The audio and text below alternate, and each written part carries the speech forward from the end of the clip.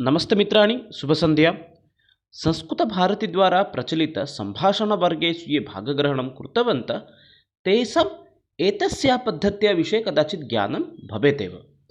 अन्यथा अन्ये अपि ये प्रतिदिनम् अस्माकं चैनल्तः वीडियो पश्यन्ति ते अपि एतस्याः पद्धतिविषये कदाचित् ज्ञास्यन्ति एव। तर्हि अद्य वयं चर्चां कुर्मः प्रत्यक्षपद्धतिविषये एव। जानीमः किं नाम प्रत्यक्षपद्धतिः, पुनश्च अत्र के गुणाः सन्ति, के दोषाः सन्ति, कति सोपानानि सन्ति, एतेषु सर्वेषु विषयेषु अद्य वयं चर्चां कुर्मः एव।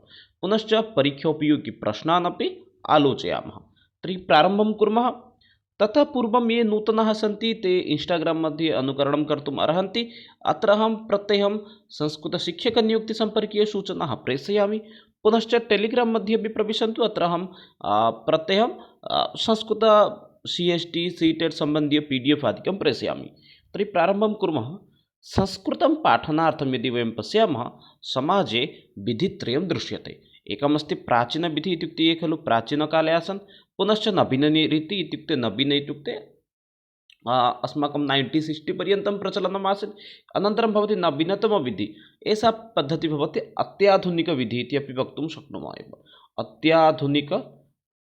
अत्याधुनिकविधिनाम्नापि प्रसिद्धं भवति। अतः एवं प्रकारेण विधित्रयं दृश्यते एव। यदि पश्यामः वयं प्राचीनविधिमध्ये किं किम् अस्ति, प्राचीनविधिमध्ये पाठशालाविधिः एव प्रमुखं भवति। परवर्तिसमये अन्यम् एकमस्ति व्याकरण अनुवादविधिः। 1835 तमवर्षे एव भारते प्रारम्भः भवति। एतस्य पद्धतेः विषये तु अहं पूर्वमेव उक्तवान् वीडियो मध्ये, अतः तद् द्रष्टुं भवन्तः अर्हन्ति एव।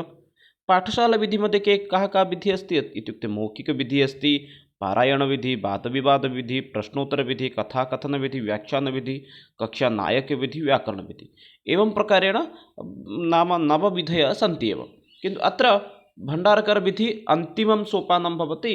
1835 तमवर्षे एव आगच्छति। परवर्तिसमये एव नवीनविधेः प्रारम्भः भारतवर्षे भवति। नवीनविधेः प्रारम्भः यदा भवति तस्मिन् समये प्रारम्भिकसमये किम् आगच्छति न प्रत्यक्षविधिः, इत्युक्ते तस्य आङ्ग्ल अनुवादं भवति डैरेक्ट् मेथड्। प्रत्यक्षविधेः अपि इतोपि नामत्रयं भवति। एकमस्ति निर्बाधविधिः, सुगमविधिः, प्राकृतिकविधिः। कदाचित् परीक्षायामपि प्रश्नः अपि भविष्यति, अतः सम्पूर्णं स्मरणे स्थापयन्तु एव। प्रत्यक्षविधेः एव 5 सोपानानि सन्ति। कदाचित् प्रश्नः आगच्छति एव, प्रत्यक्षपद्धत्यां कति सोपानानि सन्ति। एतादृशः प्रश्नः अपि पूर्वं 2016 तमवर्षे आसीत् एव। प्रत्यक्षपद्धतेः कति सोपानानि सन्ति, 5 सोपानानि सन्ति। एवं सम्यक् विकल्पः तत्र भवति एव। तर्हि इदानीं पश्यामः प्रत्यक्षविधिविषये कति सोपानानि सन्ति। 5 सोपानानि सन्ति। प्रारम्भिकसमये प्रत्यक्षपद्धत्याः प्रयोगः आङ्ग्लभाषापाठनार्थम्, इत्युक्ते संस्कृतपाठनार्थं प्रारम्भिकसमये न भवति। जर्मनी प्रदेशे आङ्ग्लभाषापाठनार्थं प्रारम्भिकसमये प्रयोगः भवति एव। प्रत्यक्षविधिः इति शब्दस्य किं तात्पर्यं भवति, या कापि भाषा पाठनीया तां भाषां किं करणीया, स्वमाध्यमेन एव बोधनीया। अर्थात् संस्कृतं पाठयन्ति चेत् संस्कृतेन एव बोधयिष्यन्ति। यदि आङ्ग्लभाषा पाठयन्ति चेत् आङ्ग्लभाषाद्वारा एव बोधनं कारयिष्यन्ति। तदर्थं शिक्षकः किं करोति, दृश्यश्रव्य उपकरणानां प्रयोगं करोति, पर्यायवाचि शब्दानामपि प्रयोगं करोति। यथा भवन्तः एतादृशी व्यवस्था कुत्र द्रष्टुम् अर्हन्ति इत्युक्ते संस्कृतभारत्याः सम्भाषणवर्गे। भवन्तः तत्र पश्यन्ति, यः शिक्षकः भवति सः संस्कृतं संस्कृतेनैव पाठयति, अन्यभाषया प्रयोगः एव न करोति। अत्रापि शिक्षकः व्याकरणनियमान् न उक्त्वा भाषाम् अध्यापयति। तत्र व्याकरणस्य नियमः न आगच्छति। यथा तत्र भवन्तः सम्भाषणवर्गे पश्यन्ति, षष्टिविभक्तिव्यवहारं कृत्वा वाक्यस्य निर्माणं भवन्तः कुर्वन्ति, किन्तु तत्र व्याकरणनियमान् शिक्षकः न वदति। व्याकरणनियमान् न उक्त्वा भाषां सः तत्र अध्यापयति। भाषामाध्यमेन एव भाषाशिक्षणं भवति प्रत्यक्षविधिः इति। तर्हि अग्रे पश्यन्तु। अनया विधया किं भवति, बालः अनुकरणेन भाषाज्ञानं प्राप्नोति। अनुकरणद्वारा एव किं भवति, तस्य छात्रस्य बालस्य भाषाज्ञानं वर्धते एव। दृश्यश्रव्य उपकरणानां प्रयोगं कृत्वा छात्रान् पाठनीयं। कथं पाठनीयम् इत्युक्ते सामान्यरूपेण यथा कथञ्चित् व्याख्याद्वारा न पाठनीयं। प्रत्यक्षपद्धतिद्वारा यदि पाठयति तदर्थं दृश्यश्रव्य उपकरणानां प्रयोगं निश्चयेन करणीयं। यदि दृश्यश्रव्य उपकरणानां प्रयोगः न भवति तर्हि कक्षा निरसा भवति एव। प्राथमिककक्षासु अत्यन्तोपयोगी भवति। लघुछात्राः सन्ति तेषां कृते अत्यन्तोपयोगी भवति, यतोहि ते तेषां विषयाः अपि सरलाः सन्ति, अतः तेषां कृते अत्यन्तसरलयुक्तं भवति एव। काठिन्यनिवारणाय दृश्योपकरणानां श्रव्योपकरणानां व्यवहारं भवति, पुनश्च पर्यायवाचिशब्दानां व्यवहारः भवति। छात्राणां यत्र यत्र संशयः भवति संशयस्य निवारणार्थं दृश्यश्रव्योपकरणानां प्रयोगं कर्तुम् अर्हति, पुनश्च पर्यायवाचिशब्दानां प्रयोगं कर्तुम् अर्हति। यथा डिम्बः किलालम् अश्नाति, किलालम् इति शब्दस्य अर्थं भवति जलम् इति, तत्र किलालं स्थाने जलम् इति शब्दस्य प्रयोगं कर्तुम् अर्हति शिक्षकः। अनेन छात्राणां संशयस्य निवारणं भवति। अग्रे पश्यामः एतस्य सोपानानां विषये। सोपानेषु किं वदति? अत्र पञ्चसोपानानि सन्ति। प्रश्नः कदाचित् भवति एव, प्रत्यक्षपद्धत्यां कति सोपानानि सन्ति इत्युक्ते पञ्चसोपानानि सन्ति। प्रारम्भिकसमये प्रस्तावना, विषयोपस्थापनं, तुलना, सामान्यीकरणं, प्रयोगः, एवं प्रकारेण पञ्चसोपानानि सन्ति। तत्रापि पुनः पश्यन्तु एकवारं किं वदति नाम तुलना इति स्थाने कदाचित् काठिन्यनिवारणं भवति, सामान्यीकरणं स्थाने सारकथनं भवति, प्रयोगस्थाने गृहकार्यमपि भवति। यतोहि केषुचित् स्थानेषु प्रत्यक्षपद्धत्यां पद्धतित्रयम् इति वदन्ति, सोपानत्रयम् इत्युक्ते प्रस्तावनस्थाने भवति उपक्रमः, परवर्ती समये किं भवति उपस्थापन इति स्थाने विषयोपस्थापनस्थाने केवलम् उपस्थापनं भवति। तदनन्तरं पश्यन्तु उपस्थापने एव किं भवति तुलना इति भवति, सामान्यीकरणं भवति, अनन्तरं प्रयोगस्थाने मूल्याङ्कनम् इति भवति। अतः केषुचित् स्थानेषु किं भवति एतत् सोपानत्रयम् इति वदति एव। सामान्यरूपेण पश्यामः चेत् उभय उत्तरं सम्यक् एव अस्ति, तस्मिन् विषये न चिन्तनीयं। प्रारम्भिकसमये अस्ति पश्यन्तु प्रस्तावना इति, प्रस्तावनामध्ये किं वदति इयं छात्राणां पूर्वज्ञानेन सह सम्बन्धः भवति। प्रस्तावना किं करोति पूर्वज्ञानेन सह छात्रं नियोजयति। यदि सः किं करोति व्याकरणविषये पाठयितुम् इच्छति चेत् शब्दानां विषये पृच्छति, अर्थात् पूर्वज्ञानं किञ्चित् योजयति। पूर्वार्जितज्ञानस्य आधारेण कतिपयप्रश्नाः चित्रमानचित्रश्लोककथादीन् प्रस्तूय पृच्छन्ते। अर्थात् पूर्वार्जितज्ञानस्य आधारेण तेषां यावत् ज्ञानम् अस्ति तावत् ज्ञानानुसारं सः किं करोति कांश्चन प्रश्नान् पृच्छति, चित्रमानचित्रं दर्शयति, श्लोकः वदति, कथा इत्यादि प्रस्तूय छात्रान् पाठयति एव। पाठनाय छात्राः मानसिकरूपेण सज्जीक्रियन्ते। ये छात्राः सन्ति ते छात्राः किं कुर्वन्ति पठनाय मानसिकरूपेण सिद्धाः भवन्ति एव। यदि किं भवति अस्माकं लक्ष्यं शिक्षणसिद्धान्तं तु अहं पूर्वं पाठितवान्। शिक्षणसिद्धान्ते वदति सः सर्वदा ज्ञाततः अज्ञातं प्रति नेतव्यम्। अतः प्रस्तावनामध्ये किं भवति ज्ञाततः अज्ञातम् एव छात्रं नयति, ज्ञानात् अज्ञानं प्रति, ज्ञानतः कुत्र गच्छति अज्ञानं प्रति। अतः एतत् सर्वेषां स्मरणे भवेत् एव। अतः पूर्वज्ञानं सः पश्यति छात्रः कियत् अवगच्छन्ति, अनन्तरं सः किं करोति मानसिकरूपेण तत्रैव नयति। पाठस्य सूचना शिक्षकेन कक्षायाम् उद्घोषयति, अनन्तरं एषः विषयः अस्ति इति छात्रम् अथवा कक्षायां सः उद्घोषयति एव। परवर्ती समये अस्ति द्वितीयं सोपानं विषय उपस्थापनं। विषयोपस्थापने किं वदति नवीनपाठस्य शिक्षणं प्रारभ्यते। विषयं तु प्रारम्भिकसोपाने सः तु उक्तवान् एव, इदानीं सः किं करोति विषयस्य उपस्थापनं करोति। नवीनपाठं शिक्षणं किं भवति न आरम्भं करोति। प्रत्येकविधया कृते विषयस्य उपस्थापनशैली भिन्ना भवति। यथा गद्यस्य कृते अस्ति तथा पद्यस्य कृते न भवति। गद्यस्य कृते भिन्न, पद्यस्य कृते भिन्न, व्याकरणस्य कृते भिन्न, नाटकस्य कृते भिन्न, कथा इत्यादि पाठयितुम् इच्छति तस्मिन् क्षेत्रे भिन्नं भिन्नं भवति एव। यथा गद्यपाठे प्रारम्भिकसमये किं भवति आदर्शवाचनं प्रचलति, परवर्तिसमये अनुवाचनं, अशुद्धिसंशोधनं, विविध विधिभिः एव नाम पाठनं भवति, अनन्तरं काठिन्यनिवारणं प्रचलति, पाठप्रबन्धनम् इत्यादि भवति। इत्युक्ते गद्ये यदि शिक्षकः पाठयति तर्हि गद्यशिक्षादाने किं भवति प्रारम्भिकसमये आदर्शपाठनं भवति, द्वितीये अनुवाचनं चलति, आदर्शवाचनं तदनन्तरम् अनुवाचनम्। एतादृशप्रश्नः आगच्छति एव, अतः एतत् स्मरणे स्थापयन्तु एव। कदाचित् प्रश्नं पृच्छति एव अनुवाचनात् पूर्वं किं वाचनम् आगच्छति अथवा वाचनं कित्विधम् इत्युक्ते वाचनं त्रिविधं भवति, एकम् आदर्शवाचनम्, अनुवाचनम्, अनन्तरमस्ति मौनवाचनम् इति। गद्यशिक्षणे पद्यशिक्षणे इतोपि भवति सस्वरवाचनम् इति। अग्रे पश्यामः विषय उपस्थापनं कथं करणीयं। प्रारम्भिकसमये विषयस्य नाम वक्तव्यम्, अनन्तरं गद्ये अस्ति चेत् आदर्शवाचनं भवति, अनन्तरं छात्रः अनुवाचनं करोति। कथाशिक्षणे अपि समानं भवति, किन्तु पद्यशिक्षणे सस्वरं पद्यम् अथवा श्लोकं शिक्षकः गानं करोति एव। परवर्ती अस्ति पश्यन्तु तुलना, तृतीयसोपानम् अस्ति तुलना।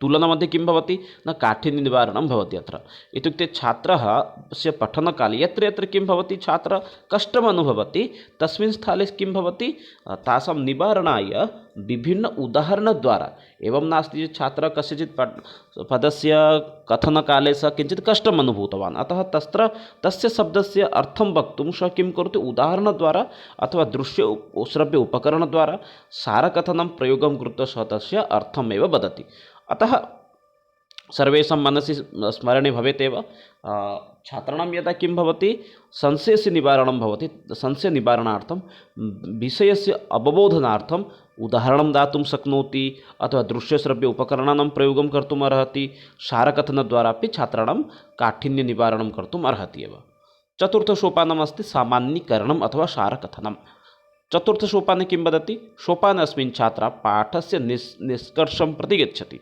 यथा व्याकरणपाठे उदाहरणेभ्यः नियमान् प्रति गच्छति यदि व्याकरणं पाठयति चेत् प्रारम्भिकसमये सः उदाहरणं वदति उदाहरणान् परं नियमम् अवगच्छति एषः नियमः अत्र प्रचलति प्रारम्भिकसमये वदति च इति प्लस् अपि इत्यापि अनन्तरं वदति इको यणाचि छात्रः स्वयम् अवगच्छति इको ण्यचि इति सूत्रस्य उदाहरणं तदस्ति वा गद्यपाठे पाठस्य मुख्यसारं प्रति नियमान् नयति गद्यपाठे किं भवति मुख्यसारांशं प्रति एव नयति तस्य पाठस्य पाठनस्य कः लक्ष्यमस्ति किं लक्ष्यमस्ति तत्र एव नयति सारांशं प्रति नयति एव सिद्धान्तानां विषये अपि अत्र वदति साधनानां च पुनश्च सामान्यीकरणमपि अत्र एव करोति एव इत्युक्ते सम्पूर्णरूपेण वदामः चेत् तत्र सारकथनमेव भवति एव अन्ते अस्ति प्रयोग इत्युक्ते गृहकार्ये किं वदति प्रयोगमध्ये वदति छात्रैः सम्पादितज्ञानस्य परिपोषणम् इत्युक्ते शिक्षकः तु प्रारम्भिकसमये पाठयति एव अत्र संशयः नास्ति अस्माकं शिक्षकः पाठयति सः यदा पाठितवान् तदा सर्वेषां किं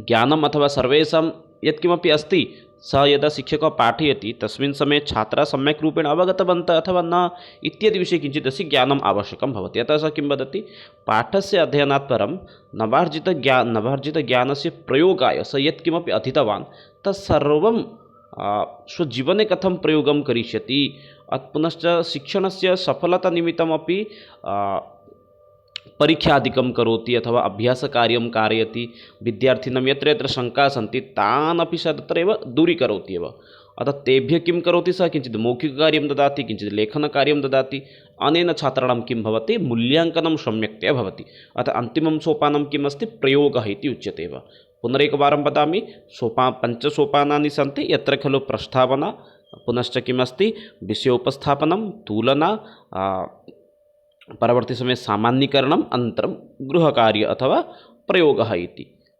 त्रिषु सोपानत्रयम् इत्युक्ते प्रारम्भिकसमये किं भवति उपक्रमः उपस्थापना पुनश्च मूल्याङ्कनम् इति यदा वयं पाठयामः प्रत्यक्षपद्धत्यां तस्मिन् समये केचन ध्येयबिन्दवः सन्ति यथा मौखिककार्यं प्रधानम् अत्र स्यात् अत्र लेखनकार्यम् अधिकं भवति चेत् कष्टं भवति एव कामपि बोधयितुं मातृभाषया प्रयोगः न करणीयः यथा प्रत्यक्षविधिः प्रचलति तस्मिन् समये यदि एकः विषयः अस्ति तं विषयं बोधयितुं भवान् इच्छति तदर्थं मातृभाषाप्रयोगः एव मास्तु सम्पूर्णनिषेधः अस्ति पदपदार्थयोः साक्षात् सम्बन्धं संस्थाप्य पाठ्यते पद पुनश्च पदार्थ इत्युक्ते दृश्यश्रव्य उपकरणानां प्रयोगं करोति चेत् तस्मिन् समये भवान् यद् वाक्यं वदति तेन सह तस्य शब्दस्य अपि सामञ्जस्यं भवेत् यदि सामञ्जस्यं नास्ति चेत् बहु समस्या भवति एव अतः एतदपि अस्माकं ध्याने भवेत् एव सर्वप्रथमं यदि पश्यामः चेत् संस्कृतविधेः सर्वप्रथमं संस्कृतशिक्षणस्य क्षेत्रे एतस्य प्रयोगः प्रारम्भिकसमये प्रोफेसर् बी.पी. वोकिल् महोदयः करोति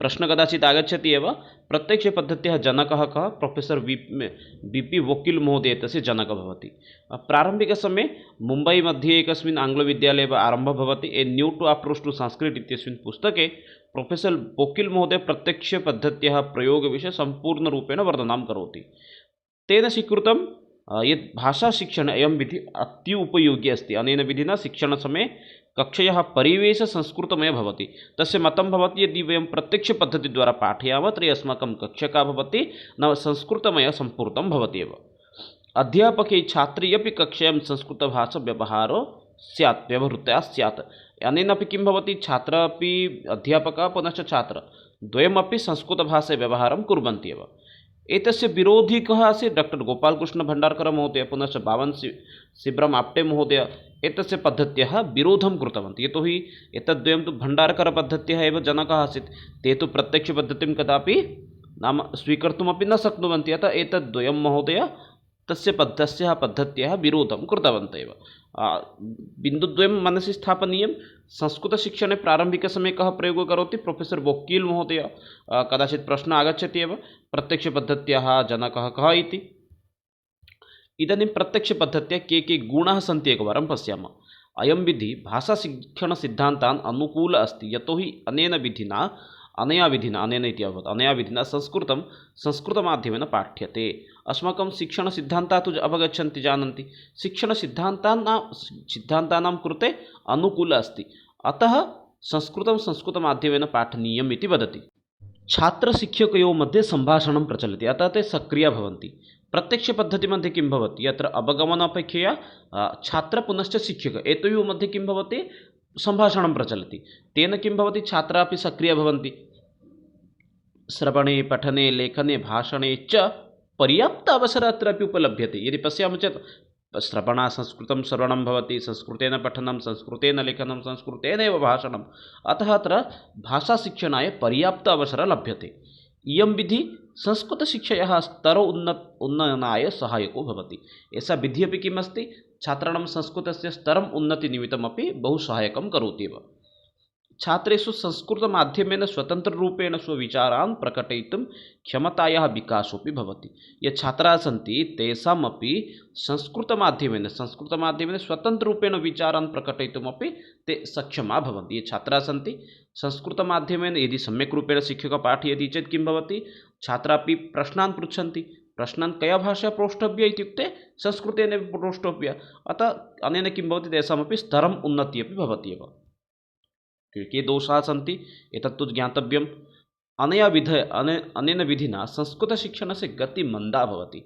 प्रत्यक्षपद्धतिद्वारा यदि भवन्तः पाठयन्ति तत्र किं भवति? संस्कृतशिक्षणस्य गतिः भवति, सा गतिः धीरेरूपेण प्रचलति। यतोहि अत्र बहु समयं किं करणीयं? विषयम् अवबोधनं छात्राणां करणीयं। कदाचित् कष्टं भवति चेत् दृश्यश्रव्योपकरणानां प्रयोगं करोतु, प्राचीशब्दान् स्वीकरोतु। प्रतिभाशालिनः छात्राः उपकृताः भवन्ति, न तु सामान्यमन्दाश्च। एतदपि सत्यमस्ति। उत्तमाः छात्राः सन्ति चेत् ते सम्यक् रूपेण अवगच्छन्ति, किन्तु ये दुर्बलाः सन्ति तेषाम् अवगमनं न भवति। प्राथमिकस्तरे एषा अनुपयुक्ता भवति। प्रारम्भिकस्तरे किम् अस्ति? एषा पद्धतिः अनुपयुक्ता भवति।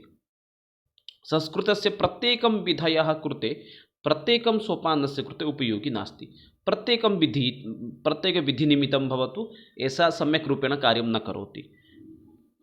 भाषणकौशलस्य प्राधान्यत् अन्यभाषाकौशलान् उपेक्षां भवति।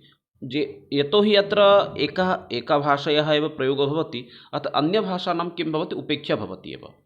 अनेन विधिना शिक्षणाय अधिकसमयः शक्तिः च आवश्यकः भवति। अधिकसमयः अत्र गच्छति, शक्तिः अपि आवश्यकी भवति। अतः एषा पद्धत्याः काश्चन दोषाः सन्ति एव।